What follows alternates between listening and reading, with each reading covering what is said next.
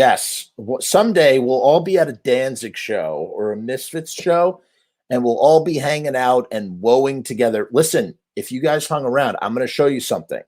It's not a big something. It's just, I just want to show you some of the work that I've been doing here. Hold on. Just so you can see, I've been posting a lot on the Facebook page. If you don't follow the Lodi Facebook page, please go check it out. They came from Lodi. And if you haven't already, please like, share, subscribe this channel and this page. Here's what I'm going to show you. All right. So I did this last week, and I'll show you how much progress I've made. Hold on. I'm going to share this page. Ready? And there she is. So this is how much I've done since we last spoke. We got Manny. This is Manny. Wait, let me see if I can. You're not going to be able to hear this, I don't think. I doubt it. I don't know what you're going to. When. So there's Manny.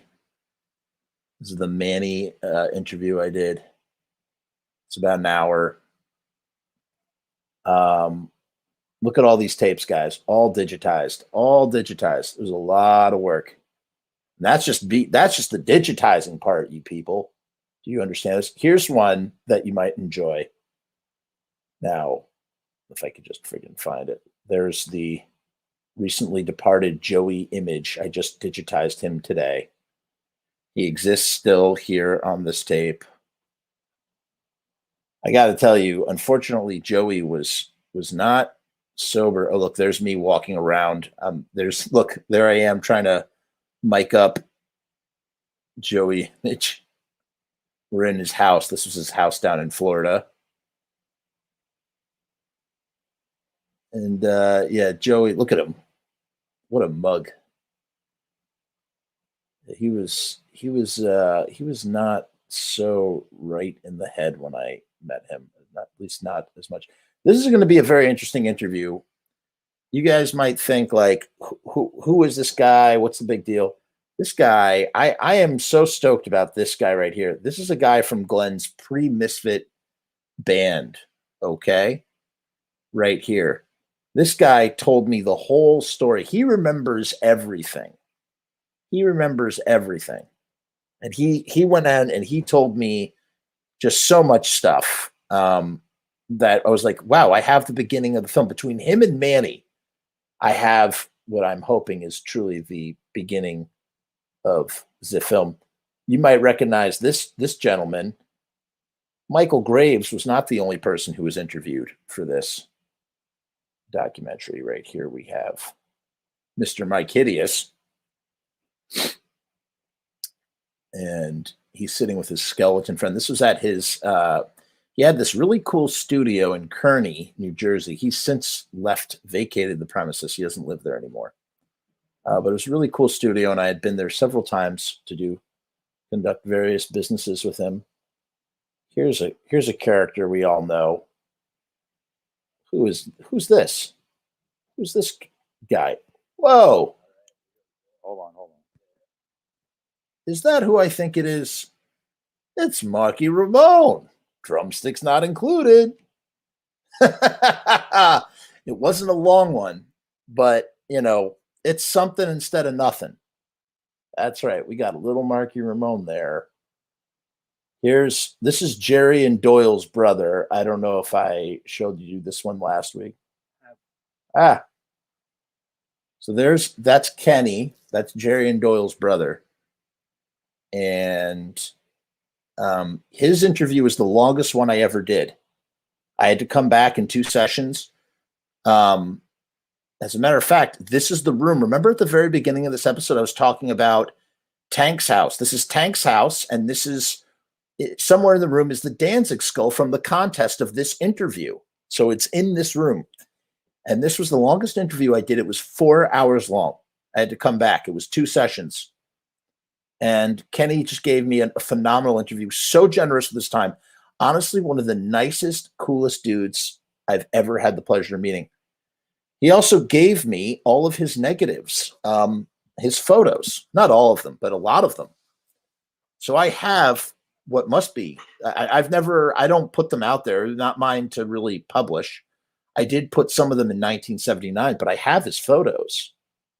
Oh, here's a character you might recognize. This was from, it's funny, I can't believe it's been 10 years since I did this interview. You recognize that voice? Oh, it's our pal Steve Zing. This was the day I met Steve. That's not true, actually. I had actually met Steve twice before. I met him at that show, Kevin, that we were both at, where we met. The same day I met Kevin, I met Steve, and then I met him again in Chicago. So this is my third time meeting Steve, technically. And that was his old studio. Okay, you know who this guy? Oh, this is friggin' great. All right, this is great. You know who this is? Hold on. Ready for this one? I don't know why I did this. At some point I just started to get really wacky with these things. I spoke to Guitar Wolf. Guitar Wolf. What was I thinking? Like, Guitar Wolf. If any of you who know who Guitar Wolf is, like, this is hilarious in the best way ever. And they were so nice. This was right before their show at the Knitting Factory in Brooklyn. And then, wait, ready? I put him on the spot. I was like, hold on, I'll play this part for you because it's great. Can you hear that? Enter the drone. Back to the future. Ready? Wait, ready? Ah!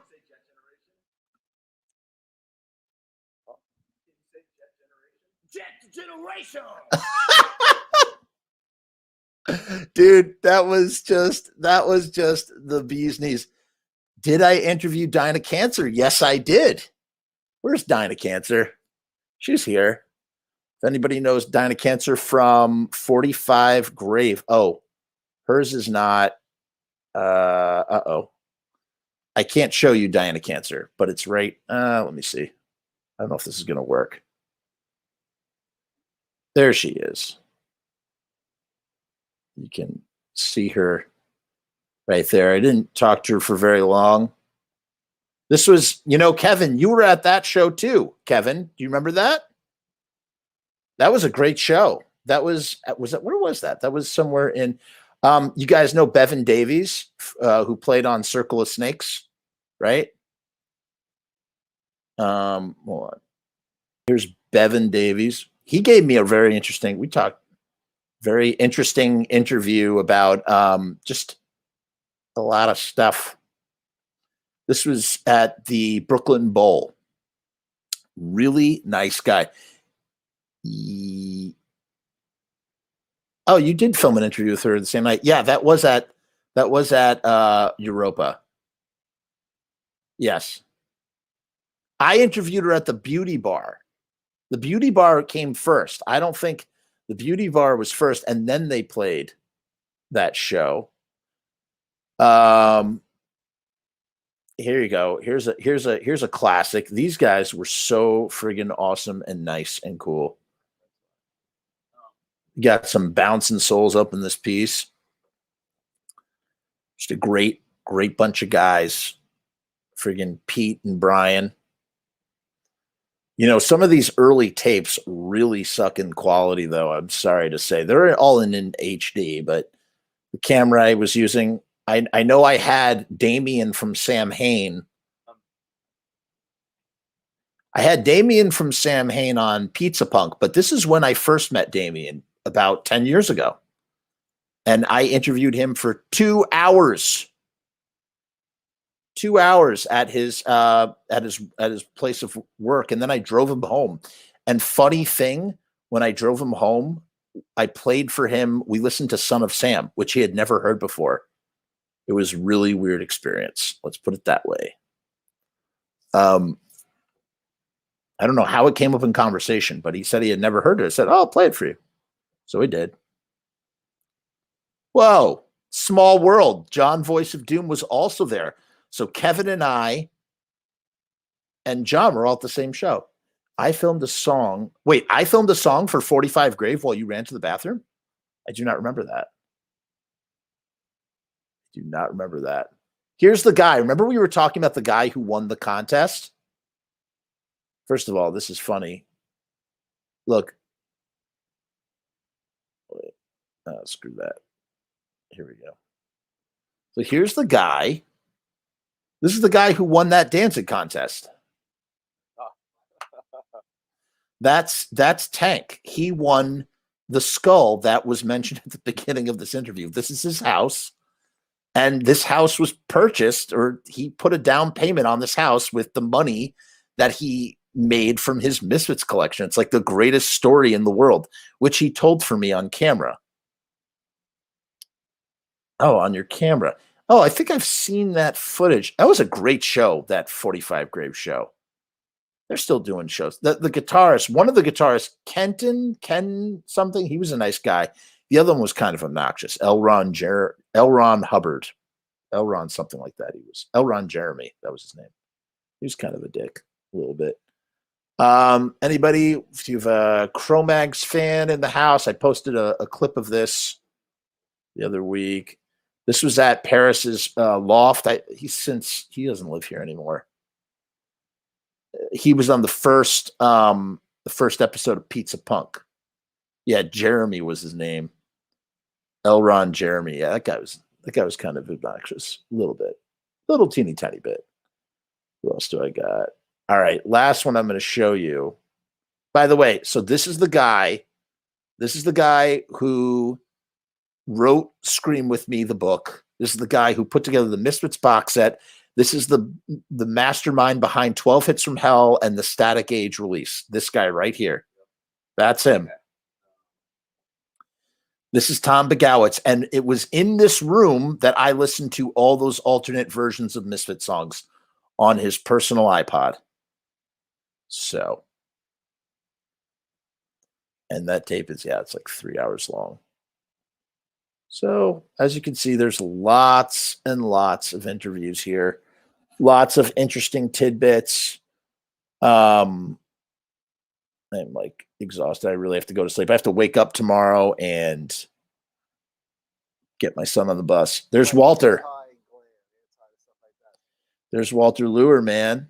Friggin' also passed away last year from the Heartbreakers, Johnny Thunders and the Heartbreakers, and the Waldos.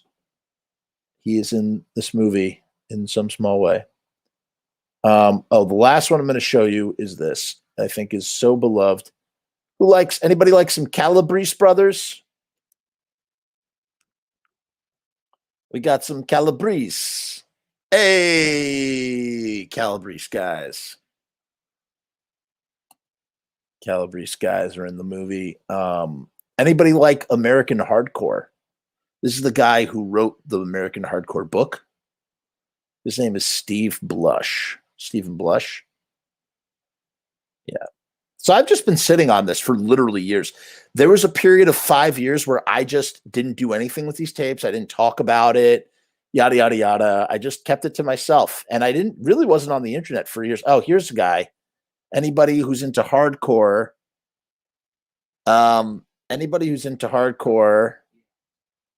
will know who this guy is. This is John Stabb from Government Issue. He passed away. Sweet man, truly a sweet man. He's in the movie. He's so funny the way he mimics Glenn. He has a Southern accent when he does it, and I'm like, why are you doing that with a Southern accent? He's like, I don't know. Oh, you worked for Steve as well, man. What a small world. Really nice dude. Very, very interesting guy.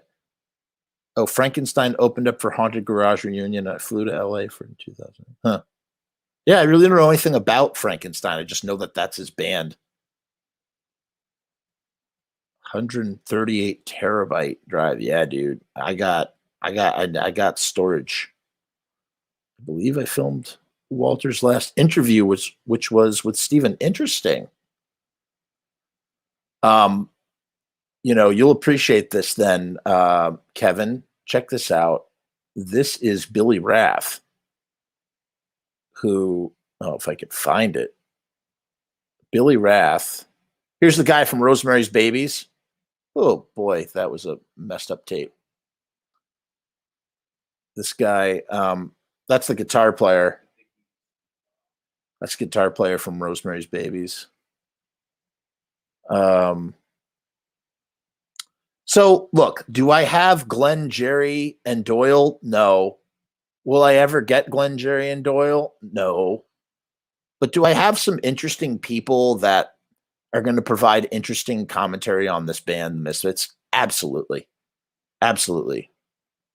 Here is, I believe this is the only interview with Billy Rath, long form interview. I don't think there's any other in existence. So that's the other heartbreaker who was also since passed. Here's Basil, the B man. Such a sweetheart of a man. That guy was awesome too. It's so weird to think so many of these people have passed away at this point, and they're just like gone. But they exist on these tapes. Oh, this is one you might know. This is. We're rolling again. Stand up just a smidgen closer. Jesus Christ. Killing me. There's Howie Pyro. He's a little out of focus. He had a very short window of time to do this. He was only in town for like one day. Very, very sad.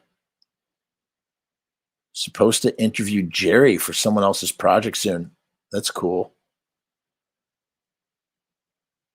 Is he is it Misfits related, or is it just something that Jerry is doing a talking head thing? What else am I going to do here? This guy's interesting. This guy, I think I might have shared this last time, actually. This guy owns Mixolydian Studios and was there when they were recording Walk Among Us. So he was like the engineer or something. Something like that. I don't know. All right, last one I'm going to show, and then I am so friggin' caked.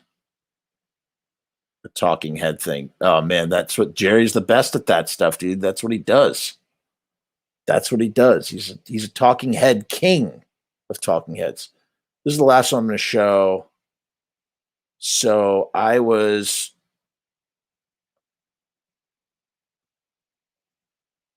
you're going to recognize this first guy on this tape. That's Mark Kennedy, the founder of Misfit Central. That's one of my, I was so stoked to do an interview with this guy. He's such an inspiration for me. Then up next, I don't know if it's the only one, but here's Odorous, man. Never before seen interview with Odorous from Guar. Dave Brocky, that's at the Slave Pit where I interviewed him. At the Slave Pit, he opened the door and got dressed up just for me, and we did this interview. It was just me and him. He took me on a tour. He took pictures of me with my cell phone. Like he's showing me all these Tupperware bins full of like costumes from various tours. It was a great time, man. It was a really great time. And I was very sad when he passed away because he was just such a nice man. All these guys have been nice to me, helped me out doing my thing. Thank you so much. Yes, I agree, man. R.I.P. Dave, truly a genius. Thank you so much thank you, Rue, for tuning in. I will check my Facebook messages. They're all backed up. You know me. I freaking hate that inbox. I truly do. I'll take a look. I'm exhausted, but thank you for sticking with me. There's still 12 people. We're 3.5 hours into this. Thank you to Greg. Greg will be on next week. We have it all set up. We have it scheduled. That's why I'm talking about it so freely right now, because he's coming on the show and I'm very excited to have him. We're going to have a nice conversation about these interviews, about the Misfits, about all sorts of stuff. And he's such an insightful fellow that I suspect it will be some good content. Hey, Rusty Murdergram, thanks for tuning in, and I'm glad you appreciate that stuff. I've never shown that much stuff before. That's like my archive, man. You know, precious secrets. Not really, but yeah. Okay. All right. I'm ending this thing. Peace and hair crease. Don't forget to like, subscribe, and share.